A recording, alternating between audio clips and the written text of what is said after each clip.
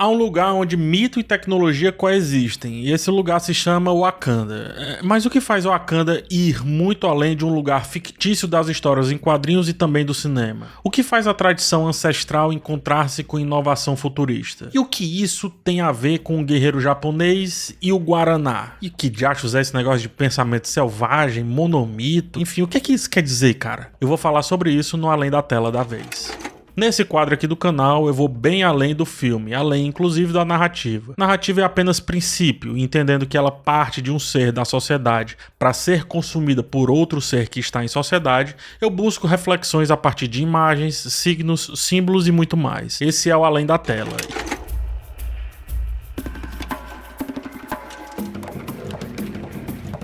O filme e os quadrinhos do Pantera Negra apresentam o reino fictício de Wakanda, que é, dentre outras coisas, uma fusão perfeita entre tecnologia e mito. E como o mito não é uma mentira a não ser levado em consideração, mas uma possibilidade de estruturar o mundo para explicar aquilo que ainda não dá para ser explicado pela ciência e colocado em prática pela tecnologia, Wakanda evoluiu bastante, evoluiu muito mais do que outras realidades, do que outros contextos que não acreditam nisso que eu falei agora. T'Challa aparece traçando um embate com alguns invasores. Logo nas primeiras cenas, podemos ver como não só a tecnologia do local é avançada, como também é diferente, como se tivesse pego outros caminhos que a gente tomou, né? Nós que estamos fora de Wakanda. E talvez a gente não pegou porque ignoramos demais o poder do mito. Em Wakanda, percepções sobre progresso e tradição não são distintas. Existe lá a ideia de que os mitos estruturam uma sociedade e que, ao acreditar e aceitar profundamente um símbolo, eles evoluíram bem mais do que os ocidentais naquele mundo. Se não acreditasse na tradição, o vibrânio, base fundamental para os avanços daquela sociedade, seria simplesmente comercializado e fim. Aquele local seria explorado à exaustão e sumiria. Isto é, como eles conseguiram amarrar um elemento que permite avanços extremos com a erva coração, que é outro elemento importante do ponto de vista, nesse caso, lendário e mitológico, e toda a sua cultura ao redor do Pantera Negra. O próprio vibrânio, ali naquele local, é visto como mítico e poderoso, enquanto do lado de fora, ele é só um elemento para construir coisas, ou para que traficantes ganhem dinheiro ou nações fiquem cada vez mais ricas. Ainda que haja todo o avanço tecnológico, perceba como não só a cultura, mas a moda permanece enraizada em simbolismo. Trajes com adornos que representam aquela cultura são usados como escudo. Lanças não dão necessariamente lugar à arma de fogo tradicional, fazendo permanecer na mão das Dora Milaje um símbolo histórico do seu povo sem que isso interfira, por exemplo, na sua capacidade de lutar justamente contra uma arma de fogo. De tudo isso, porém, o ritual de coroação do Pantera Negra é o que mais carrega o peso da mitologia, o peso do simbólico, o peso de aceitar que, apesar de todos os avanços, ainda vale manter alguns costumes. A coroação do novo Pantera é precedida por uma cerimônia onde tradição e tecnologia se fundem. O futuro rei deve ingerir uma erva em forma de coração, um presente dos deuses, que lhe confere habilidades sobre-humanas. Esse momento simboliza a união do divino com o material, onde a fé e a ciência, de certa forma, coexistem. Se não são uma coisa só, pelo menos não estão brigadas. Dentre várias outras críticas, Wakanda é um contraponto, é uma antítese aos pensamentos ocidentais, sobretudo o pensamento europeu, que ficou pelo tempo, ou que talvez não tenha ficado tanto. Culturas europeias viam os não-europeus como primitivos. Reforçavam esse pensamento ao entender que incorporar o incompreensível, que a gente está chamando aqui de mito, ao incorporar os símbolos, fazia com que esse tipo de pensamento se afastasse do empírico, portanto da modernidade e do que poderia trazer um posicionamento forte baseado na ciência, que é como o europeu via a vida. Na verdade, a única maneira que se via a vida.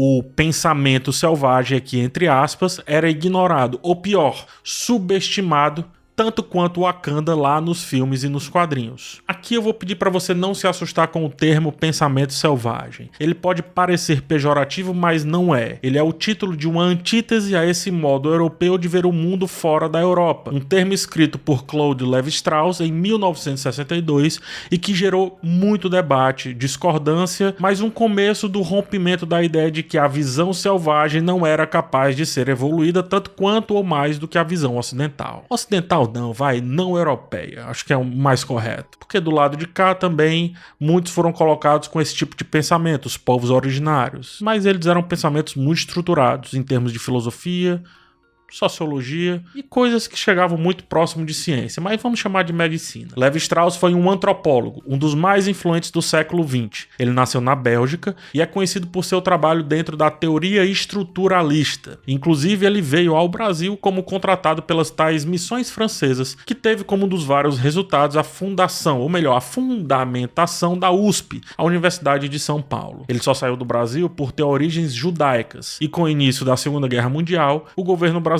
não quis bancar sua presença. Sim, lá no comecinho do confronto, o Brasil tinha predileções um tanto quanto diferentes das predileções finais. Mas isso literalmente são outros 500 e a gente deixa para outro vídeo. Lévi-Strauss publicou O Pensamento Selvagem em um período de profundas transformações sociais e culturais pelo mundo. O pós-guerra trazia uma reavaliação de muitas ideias. Trazia também uma reavaliação ou um rearranjo dos limites geográficos e de estruturas sociais, sobretudo na Europa. Eric Hobsbawm aponta a Primeira Guerra Mundial como o fim da Era dos Impérios, ou seja, na década de 60, 30, 40 anos depois, na verdade, entre isso, cenário de publicação de O Pensamento Selvagem, tínhamos a primeira geração completa já vivendo do pós-guerra. Martin Luther King emergia como líder importante no movimento dos direitos civis nos Estados Unidos, coisa que inclusive é fonte para a Pantera Negra, e o processo de descolonização estava em andamento na África e na Ásia. Essa geração, eu repito, é a primeira completa depois das duas grandes guerras, e começava a ter voz ativa ao questionar inclusive a guerra que se tinha naquele momento, no caso a Guerra do Vietnã. No meio disso tudo, Lévi-Strauss desafia visões etnocêntricas, trazendo uma perspectiva sobre como culturas distintas se integram com o mundo ao seu redor de uma maneira diferente e que nem por isso poderiam ser dadas como inferiores, ou, como diziam os europeus à época, primitivas. O diferente não estaria errado por pensar e entender a realidade de maneira igualmente diferente, muito pelo contrário. Lévi-Strauss ele trouxe o pensamento mítico como algo complexo e profundo, como uma maneira de viver intensamente o símbolo e que não nos afastaria de qualquer que fosse o avanço tecnológico, científico ou social. Veja, por exemplo, a Índia e todo apego que se tem ali às religiões, e mesmo assim o tanto de bons médicos e profissionais de TI que foram formados por lá. Isso é só um dos inúmeros exemplos desse tipo de questão que eu estou trazendo.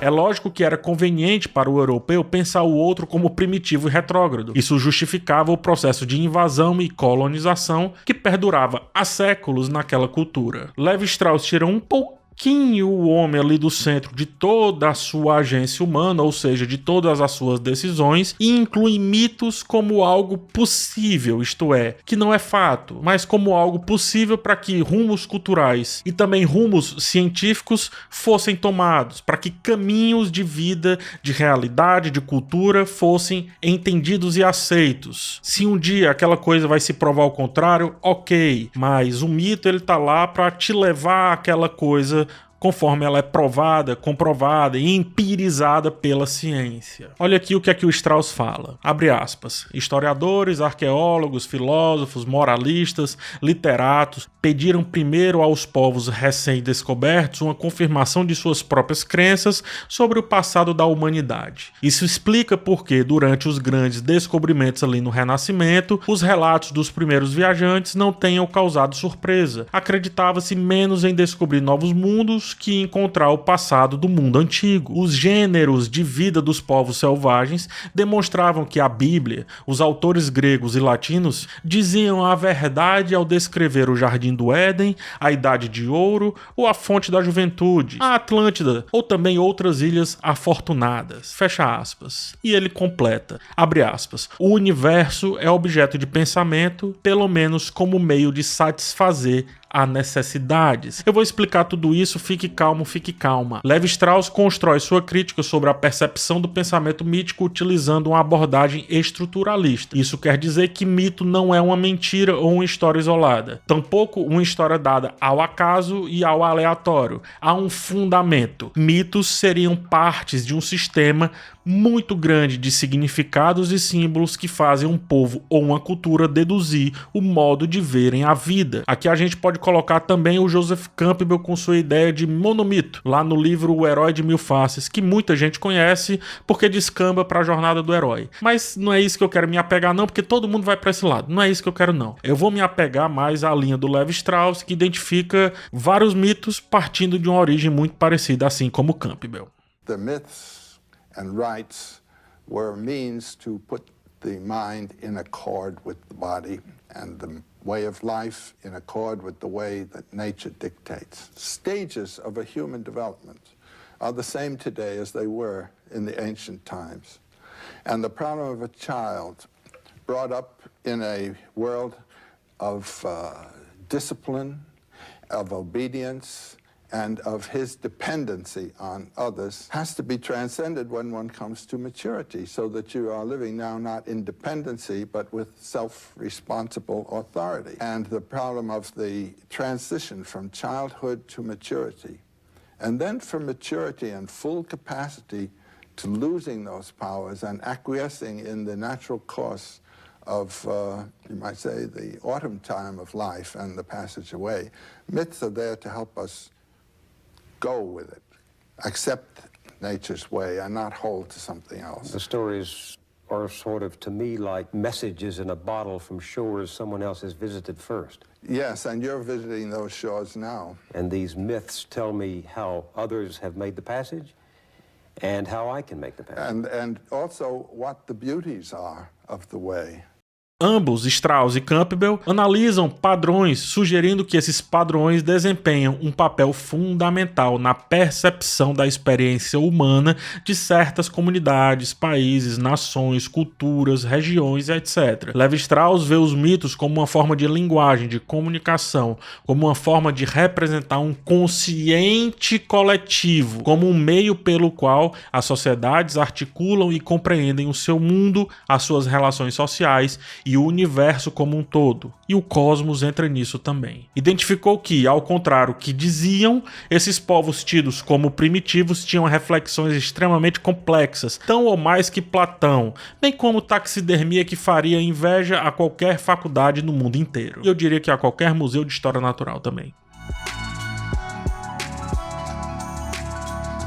Vamos ilustrar isso daqui que agora vai ficar muito claro. Vamos num conto de fadas. Vamos lá em Cinderela. Cinderela, por exemplo, não é sobre sapatinho de cristal, mas é sobre injustiça, recompensa, persistência, ascensão e reconhecimento. Então, em vez de falar sobre esses temas em uma comunidade ou em uma realidade, quer que seja, uma geração conta o mito da Cinderela para outra geração. E depois, essa outra geração consegue entender os temas que passa para a próxima geração e assim sucessivamente os temas vão sendo mantidos muito mais do que a história. Você pode aplicar isso a outras coisas, como a história de um homem que se sacrificou pela humanidade ou como um grande rio subiu e inundou uma região inteira, o que forçou uma total reestruturação daquela realidade. Existem dilúvios em diversas mitologias, em diversas histórias originárias básicas de diversas sociedades diferentes, em diversos momentos diferentes, em locais separados por distâncias muito grandes, não só em tempo, mas também em espaço. Eu indico o vídeo do canal Estranha História sobre isso. O link tá no card, mas vamos voltar. Em Pantera Negra tem uma cena que exemplifica isso que eu falei sobre o lance da Cinderela. T'Challa visita o plano ancestral depois de ter consumido a erva coração. Esse momento simboliza a conexão entre o presente e o passado, ou mais precisamente, como o passado valida o presente, consequentemente o futuro futuro daquele passado.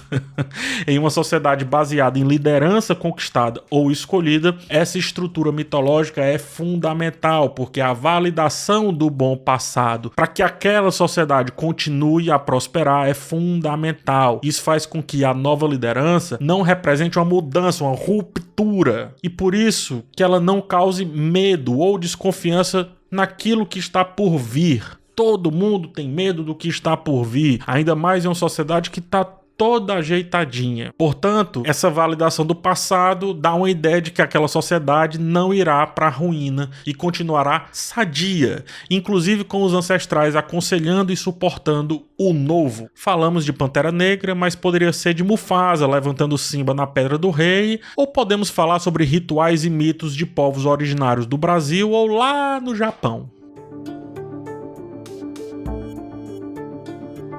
Aqui existe a lenda do Guaraná, mais precisamente do Waraná, perpetrada pelos Sateré Maué. Nessa lenda, uma planta surge da morte de um menino amado por sua tribo. É o Waraná, que depois trocou o W pelo G, fez uma latinha verde e se vendeu como Guaraná. O Guaraná, a partir desse mito, fala sobre renovação e continuidade da vida, representando a ideia de que, apesar de uma geração nova estar chegando, a comunidade conseguirá encontrar maneiras de se revitalizar e manter as suas tradições. Existem cerimônias envolvendo o Guaraná até hoje, bem como outras, como jovens colocando a mão para formigas ferozes morderem essas mãos e assim garantir que a nova geração consiga mostrar que é tão forte quanto a geração anterior. Lá no Japão tem a lenda de Yamato Takeru, originalmente o Príncipe Os. Esse mito conta a história de um príncipe guerreiro com habilidades absurdas. Ele era filho do imperador, mas nasce e cresce imprudente, agressivo, arredio.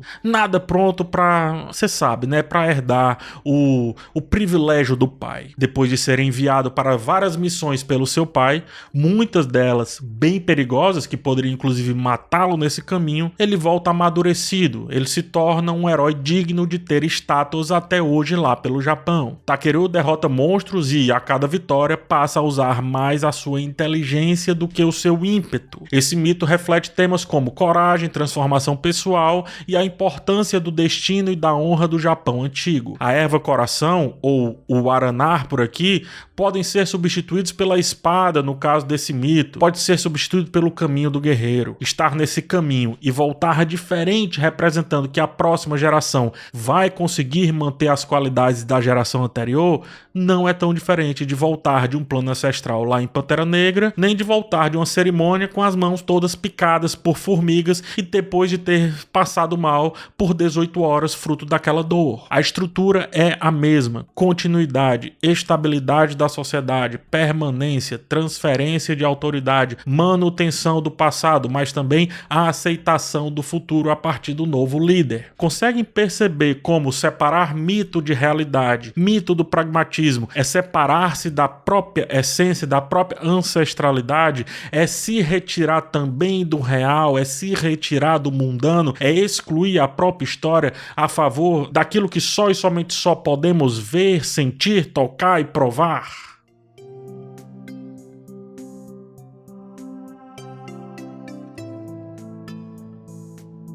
Voltemos a Levi Strauss. Ao observar isso, e também está muito influenciado pelo Campbell, o antropólogo saca a ideia de que mito e ciência, eles não deveriam ser rivais. Não precisa ser a mesma coisa, eu repito, mas eles também não precisam ser tão opostos, tão inimigos assim. Mas sim, eles representam diferentes maneiras de entender o mesmo mundo que coabitam. Portanto, o Wakanda é daquele jeito, porque não separa as coisas. A gente vê o Wakanda daquela maneira porque mito e ciência, tecnologia são complementares. O mito, para os não-europeus, é uma forma de viver intensamente o símbolo, uma forma de se ligar também ao físico, ao palpável, ao metafísico. É uma forma de, até entender esse físico, aceitar o metafísico não como possibilidade, mas como uma estrutura que não faça esse povo se dispersar. Aceitar o sol como um deus, até que Deus se prove outro, não é algo pagão, é uma forma de manter ter bases. É uma forma de aglutinar pessoas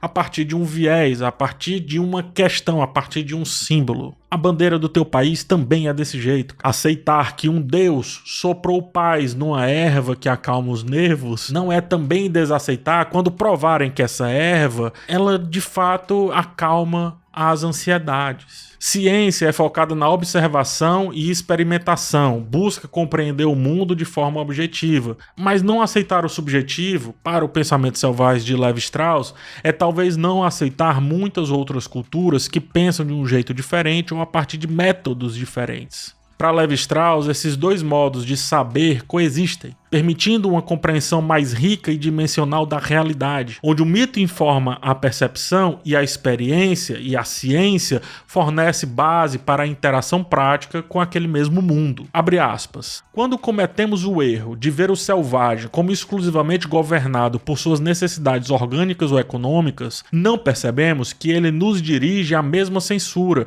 e que para ele seu próprio desejo de conhecimento parece melhor equilibrado que o nosso. Fecha aspas. Isto é, se você diz que aquele conhecimento do outro não presta, quando você tentar colocar o seu conhecimento, que já está comprovado, aquele cara não vai aceitar, pô. Ele não vai aceitar porque tu também não aceitou o dele. Pelo menos considerar o dele. É diferente de aceitar em plenitude.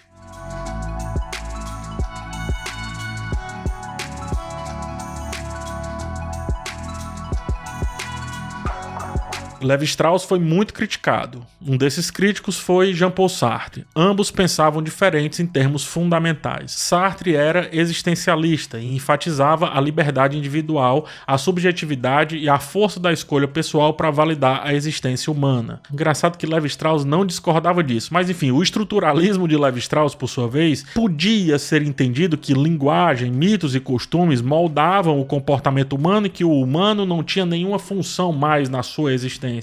Sartre não entendeu muito bem, porque para Sartre isso é reducionista e minimizava a liberdade individual face ao determinismo. Mas a resposta para isso, tanto vinda de Levi-Strauss quanto de outros antropólogos, passou por entender que essas estruturas também faziam parte da experiência humana como um todo. Mitos eram moldados e criados pela inteligência humana, portanto faziam parte também da existência do sujeito. Mitos não brotavam, eles eram criados, estruturados. Hobsbawm fala em A Invenção das Tradições como até outro dia o que se entende como algo comum numa corte inglesa não era tão comum assim. Foi criado muito tempo depois para explicar ou exemplificar algo para o que vinha a seguir. Então, reconhecer as estruturas não viria negar a importância do individual, mas sim fornecer um contexto maior para compreender as ações e as crenças humanas. Entendeu-se estruturalismo como uma anti-ciência, algo que também foi perdendo força quando passaram a aceitar abordagens multidisciplinares para uma mesma questão, reconhecendo que métodos diferentes levam a resultados igualmente valiosos do que outros métodos, dada a complexidade da existência humana e da realidade. Em Wakanda, a revelação desse reino fictício lá em Pantera Negra representa uma surpresa e um desafio para o mundo exterior. Primeiro duvidam, depois se chocam e depois tentam minimizar para dali e explorar todos os recursos livremente.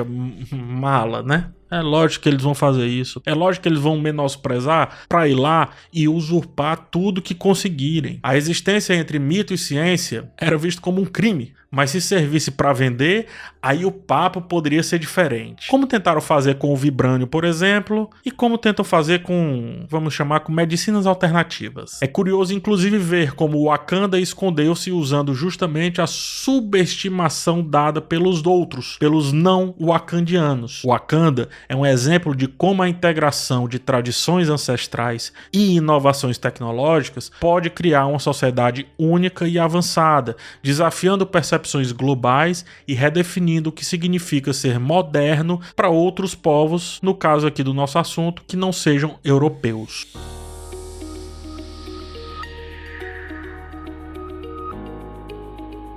Mito tem poder.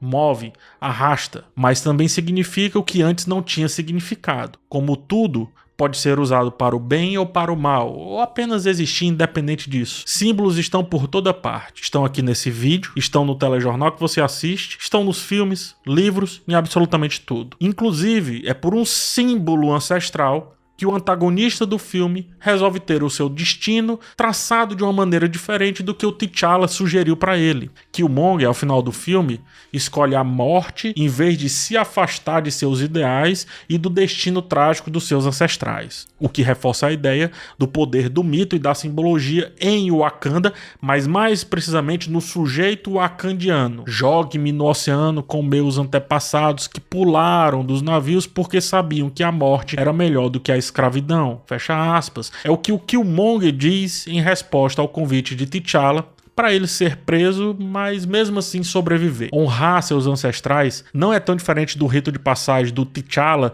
visitando seu pai no plano ancestral, ou de uma planta que nasce de um menino que morre, mas que indica que ainda há vida a ser vivida, ou de um guerreiro irresponsável que entende a sua função quando passa a encarar o mundo. Algumas respostas, acredito, podem estar lá nos mitos, ainda que todas as outras estejam em outro lugar. Às vezes, está lá a única resposta que importa para algum momento específico da vida. E por isso acredite nesse mito que eu vou contar agora. O pensamento selvagem não se importa se você aceita ele ou não. Essa é a sua essência. Permanecer. Ele permanece e a gente passa cada vez mais a todo tempo, inclusive nesse minuto que você está vendo esse vídeo. Nós somos passageiros, os mitos ficam. Se eliminarmos todos os mitos, eu tenho minhas dúvidas se aquilo que já foi provado será muito bem contado. Uma anedota consegue contar uma história gigante em apenas poucas palavras, e um mito é fruto de alguma anedota, direto ou indiretamente. É isso, gente. Muito obrigado por me acompanhar até o final desse vídeo, né? Gostaram do vídeo? Comenta aqui embaixo e me diz aí qual a sua opinião sobre o tema que eu trouxe. Espero que vocês, de fato, tenham curtido e tenham aprendido alguma coisa. Peço também que na descrição você clique no link para ir ver os meus livros. Tem os meus contos e tem os meus 2 livros publicados da série Roteiro Falado, Andor e A Casa do Dragão. Peço também que você deixe um like e, quem sabe, se inscreva aqui no canal para mais conteúdos. A gente se vê numa próxima oportunidade. E tchau.